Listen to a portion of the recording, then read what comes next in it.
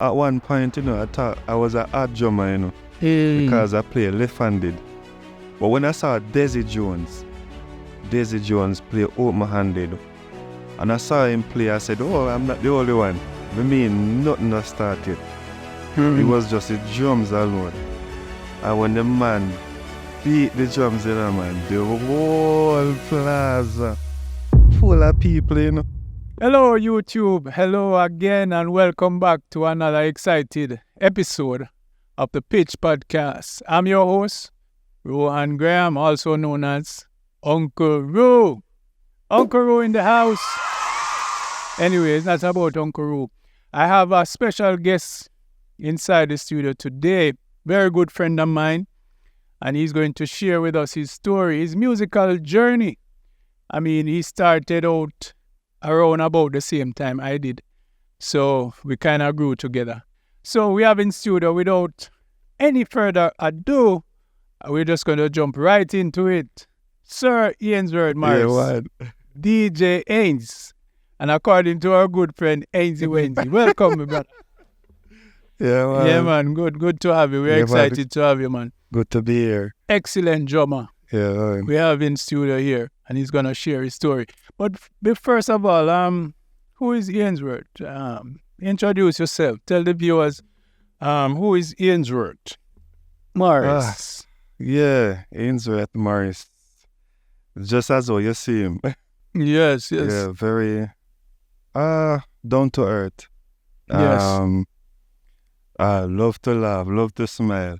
Yeah. Yes, man. Just love the positive energy. Yes, sir.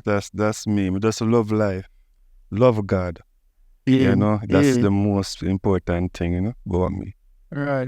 Yeah, man. Yeah, so what inspired you to pursue music? I mean, what inspired you? Yeah, well... before you answer that question, music run in your family?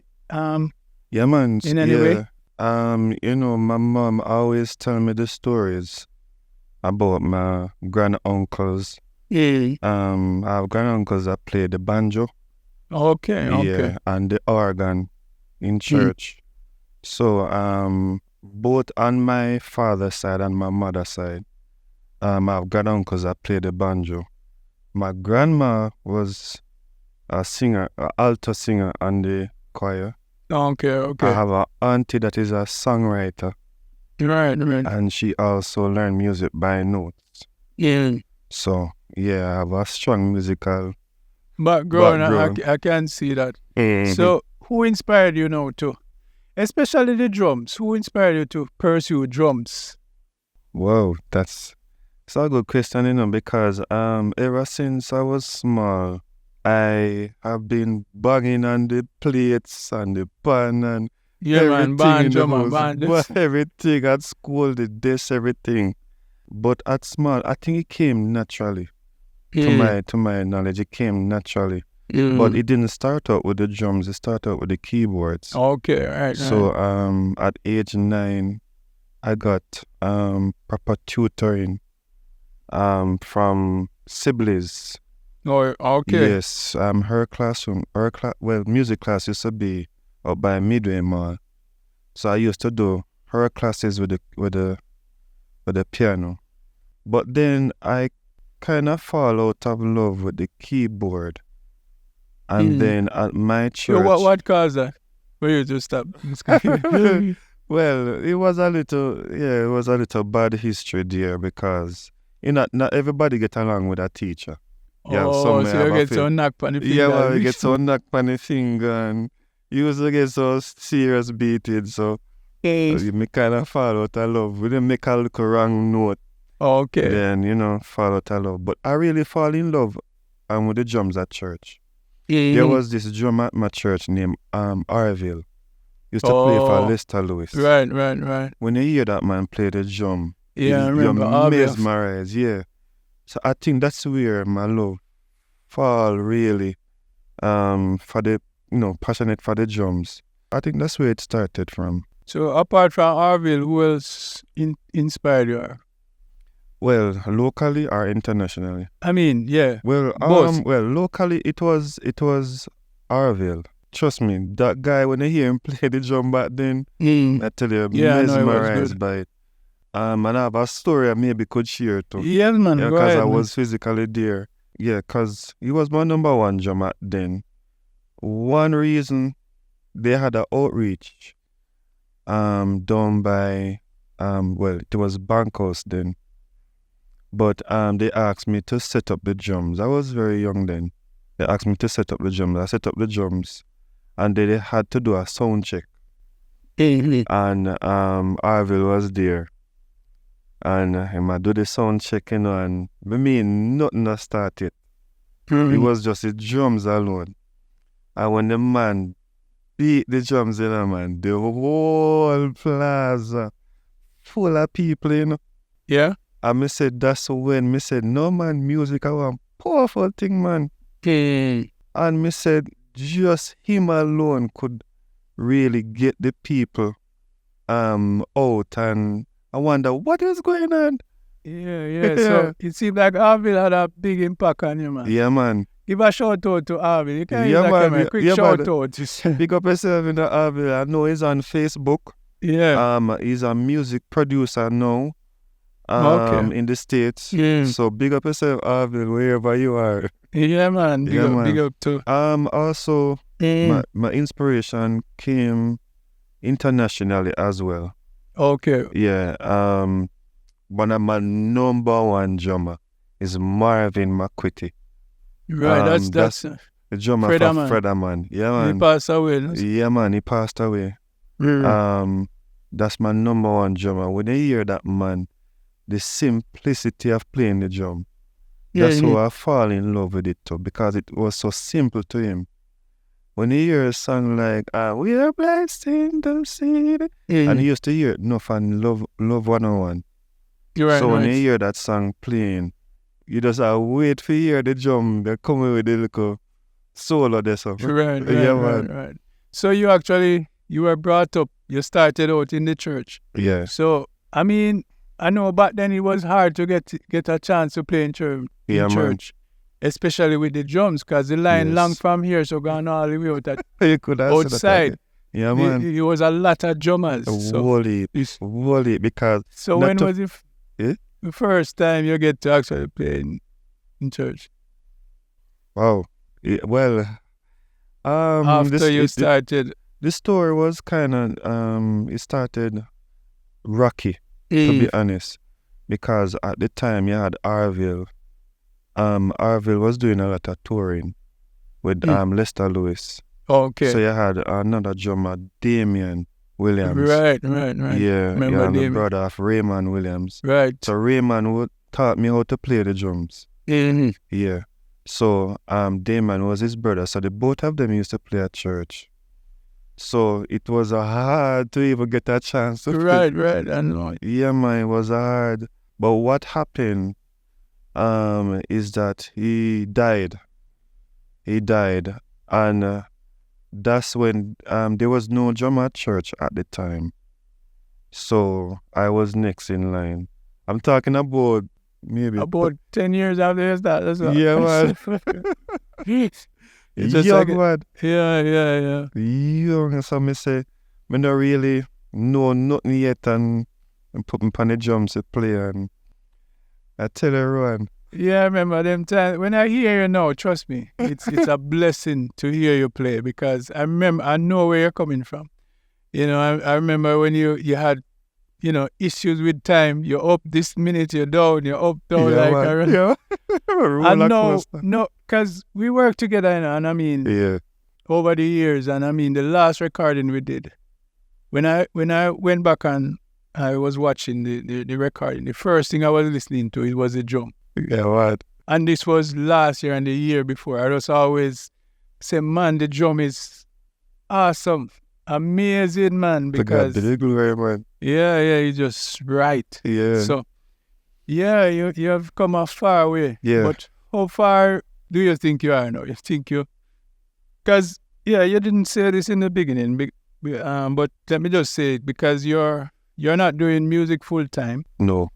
You're a teacher by profession. Right. So, where do you see yourself now in your musical journey? I believe that I've matured a whole lot in terms of the whole knowledge, because coming through cassette days and the CD You're one of the days. cassette man too? Yes, man. Because there was no YouTube run, no Facebook. You understand? No Instagram. These young musicians, they have chat GPT. Yeah, we man. can give them all the information. Yeah, man. I'm telling you. So back then it was really hard, but no. I mean, no, everything is available at your face. Right. And I mean, I think it's the opportunity where technology is so advanced. You can do so much with it. No. I mean, in the teaching profession, I mean, it's a lot to deal with. Right. Balance it with the music. Yeah, it's not so easy, because you leave work, you have to think about, I mean, if you have a gig, or you have a church service to play, you know, you have to balance. It's a whole heap of balancing. I go on this so I mean, it's a lot. It's a lot going on in the brain. Yeah, I can imagine, because I've been in the teaching, and I mean, during that time, I mean, Yeah. it's a whole lot to deal with, to balance your time to practice, plus preparing for your classes. Yeah. You know, preparing lesson plans. Lesson plans are never done. You're always writing lesson plans. Always. You know, and yeah, I know it's a lot. Yeah. But but this episode is for our drummers, you know. So Yeah, right. you quickly share some of the gears that you use as a drummer. Yeah, man. The gears that you love to use. Yeah, you know, let's start off with the sticks. Pro Mark. No, I love to use a Pro Mark. I have no idea what that is. It's Not just a a pity I don't have a sample, but the Pro Mark 5A is one of my special sticks to use. If I run out of Pro Mark, is a Vic-Furt. No, okay. Yeah, I love to use a Vic-Furt. The Extreme, what is called the Extreme 5A. Because I'm not such a heavy player. Right. Yeah, sometimes I play very soft sometimes. Because I'm mostly play praise and worship. Okay, right, So, right. yeah, you know, I'm kind of a little bit a different feel from a reggae player. Yeah. Me's a Remo man. When you talk about skins now. Yeah. Remo. Yeah, I love Remo because of the durability and the Okay. stability. Especially when they hit it at the center, it gives that warm sound to me. Although other drummers will think differently. Yeah, in terms of drums, though, I mean, I know there was always a competition between Pearl and Tama and DW. Yeah. And what's the other one? Yeah, we really have Yamaha. Yeah, make picks. Coming from the DW. Okay. Yeah. So which one you prefer? He's a Pearl man. Pearl. Pearl is strong and durable. Okay, you love the durability. Yeah, man, they love I know Pearl have a sound to it. Yes, yeah. It has a special sound. Whether it's reggae, whatever type of feel, you can get it from the Pearl. When you talk about cymbals, well, when it comes to cymbals, not really fussy. Zildjian and Sabian is my kind of, my type of brand to use. Right now I'm using Zildjian. Okay. Mostly, yeah. When you talk about foot pedal or DW, but DW drums are very expensive. But some of the hardwares are affordable to use. All right, so let's fast forward. I know I've seen you played for some big artists. Yeah. So give me some names of some of the artists you have played for, because I know you're at a level now where you can walk on any stage and play for any one of our, whether it's big name, this big name, that. Yeah, give us some names. But we share some of the artists too, you know. Because even I remember Gotti. Played for Gotti. Even recently Kevin Dunswell. That was kind of a shocker. Right. Because when and big up to the Keezy, can't remember his name right now. Yeah, But that's all right. he saw me in the crowd and say, Jummy, me want you and this show, with Kevin. I say, really? And him call me and I say, wow, this is a big deal. So Kevin don't. So that was on the night. On the night. Yeah, man. Wow. Yeah, man. So so many other artists too, that can't remember at this point, but those stand out the most. Yeah, and one of the biggest artists I've played for thus far in my journey is Danny McCurkin. Yo, gosh. And similar to your story, Yeah. I mean, I was just in church and, I mean, I heard that Danny McCurkin may come, but I didn't pay it any mind. I don't know if he comes, then he's going to bring his musician or whatever. Mm-hmm. But he just came in this Sunday morning, started speaking. I was around the keyboard. And him just started singing. So I just had to play. He looked around for me and say, play. Because I was a nerve wrack. I mean... I played, and at the end of it, he said I played well. So, I mean, that just boosted my confidence. Yeah, confidence. So it's good to always practice. I mean, even these songs, that sometimes challenging, because you never know when you're gonna be called upon to play. Because I mean, I watched the video with you playing for Kevin Downswell, and I mean, you couldn't tell that you didn't do the recording or play on the record. So, yeah, man, you're doing well. I mean, always blessed to see you. Yes, sir. So it's good that we can have this chat and have it on record. You don't know who may see it. I mean, we have friends all over the world. Yeah. Canada, talking about GX and his family. So we want to big up the all our friends, from all over the place. And I don't want to cut you, but Jakes has been a big deal in my journey. Yes. You too, brother. Man, yes. You have been a big deal in my journey. Michael Cowan, I'm not sure if he's still doing music, but he has been a big deal. Because in the early stages of playing music, it was pretty rough. Because I didn't have that sort of mentorship that I wanted in learning certain skills on the drum.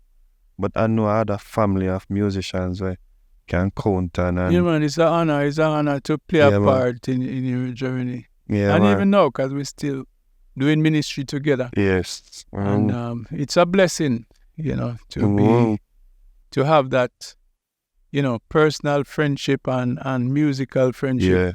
All over the years, so God is good. So we actually, wrapping up. Do you have any final words? You have a lot of young musicians out there coming up, speaking in particular to the young drummers. Yeah. Because let me just say this: the drummers sometimes seem to be overly excited. Sometimes. You have it in the keyboard world too, where keyboardists, they're overly excited. Yeah. And for me, I know what I can do. But some of these younger musicians, sometimes, as they go on the keyboard, they're going 100. Yeah. So I would say to them, just know what you can do, keep it in the pocket, and when it's time to pour it in or pour it on, you go for it. So what would you say today? Some of these young drummers, encourage them. First things first is to put God in the center. That's the first thing, because in my journey, it wasn't about skills. Correct. It wasn't about skills. I didn't learn drums by notes. I learned it by ear. Right. And it was over the years me allow God to use me. And over the years now, you develop the skills now, because at one point you said, all right, I want to grow in this area, I want to work on this weak point and so on. And then over the years you say, all right, me start to understand what to do now, with the chops and the fills and so on. It is necessary, Yes. But the chops and the fills is really necessary. But then at some point, it can be of a distraction. You have to know when. And You have to know when to use, because a lot of these young players now, I realize they love the excitement. right. Yeah, they love the chops and the feels, but when you listen to worship, especially praise and worship, it can be such a whole distraction. And you don't want to have too much attention on you, because the focus is on God, you know. Right. The focus is on God especially. So, I mean, yeah, you learn the skills, you learn the fundamentals and everything. Very important to be in the pocket. But then there's going to be a time when your time fit. Right. So you know, you feel it coming. You say, yeah man, my time right here. So right. So you know, say all that you practice, all that you have learned, you say, all right, my time for really put in this here. So Yeah. then the next time you just back off a little. Right. You know, say, all right, Keys, you go do him thing here. So singer go do him thing there. So yeah. So a lot of young musicians don't have this balance. It's just all about, me being on top. We're just closing up. This episode was so fun having you and hearing your story. All right.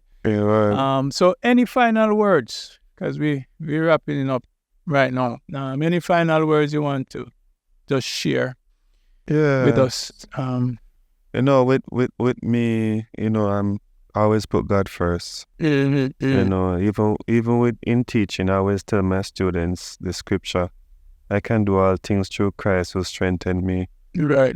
You know, me not leave God out and nothing at all. Me always put him first. So I encourage, you know, them, new generation of musicians, put God first. Yeah. And also be smart. Be very smart in what you're doing, because you know, a lot of persons do music for their living, but also have a business side of it as well. Because when family come in, wife come in, children come in, you know, you have to do your thing. So, Yeah, well said. And there's this quote that I think you shared it, and you were the one who really bring it to my attention. And I mean, it's been out there, but this quote that says, be yourself, because everyone else is already taken. Yeah, man. I remember you were the one who shared that quote. Yeah, man. And I said, wow, that is deep. Yeah. Because there's no other person like you. Yeah, man. You're unique. I mean, everything about you is unique. God made everyone different. Yeah, man. You know, if you look at your fingerprint, everybody has a unique fingerprint. You know, I don't want to cut you. Before we wrap up, at one point, you know, I thought I was an odd drummer, you know, because I play left-handed. Right. So a lot of cross-handed drummer back then. So when I was playing open-handed, everybody said, no, man, this drummer, I play drum. But when I saw Desi Jones play open-handed, he passed away just the other, some months ago. And I saw him play, I said, oh, I'm not the only one. Right. Yeah, because personally, persons who use left hand, I love to see them go at work. Yeah, what? Yeah, it's just something special about it. Yeah. Even in sports, left-handed, or they play football and they're left-footed. Yeah, so I just love to see it. So there ain't nothing wrong with your Ainzy Waynesy. You're blessed, man. Yeah, man. You're really blessed. Yeah. So there you have it. We are closing out this episode, and I want to thank our sponsors quickly. Let me say a big shout out to Pastor Jason and Nicole Edwards. Blessed people of God. And to our senior pastor, Reverend Al Miller. Yes. Man. Big them up. Yeah, man. Yeah. Very good people of God. So yes, there we have it. We're going to cut this one right here. SamuelsProducer is in the house. RB Studio. Let's big up RB Studio producing the Pitch podcast for us. Let's big up Ruth-Ann Samuel's ministry. Big up yourself. Zabdiel Stone production. Big up yourself. Uncle Ro Yes. Junior, Edward, Reed. Let's big up Ainsworth That's right. Morris Big up and yourself. all the future guests who will grace the pitch podcast. I'm tripping over my words right now. Yes. But anyways, this is going to be edited. So see you on the Yeah, next one. Big up yourself. God bless. Thank you, Gerben. Yeah, man.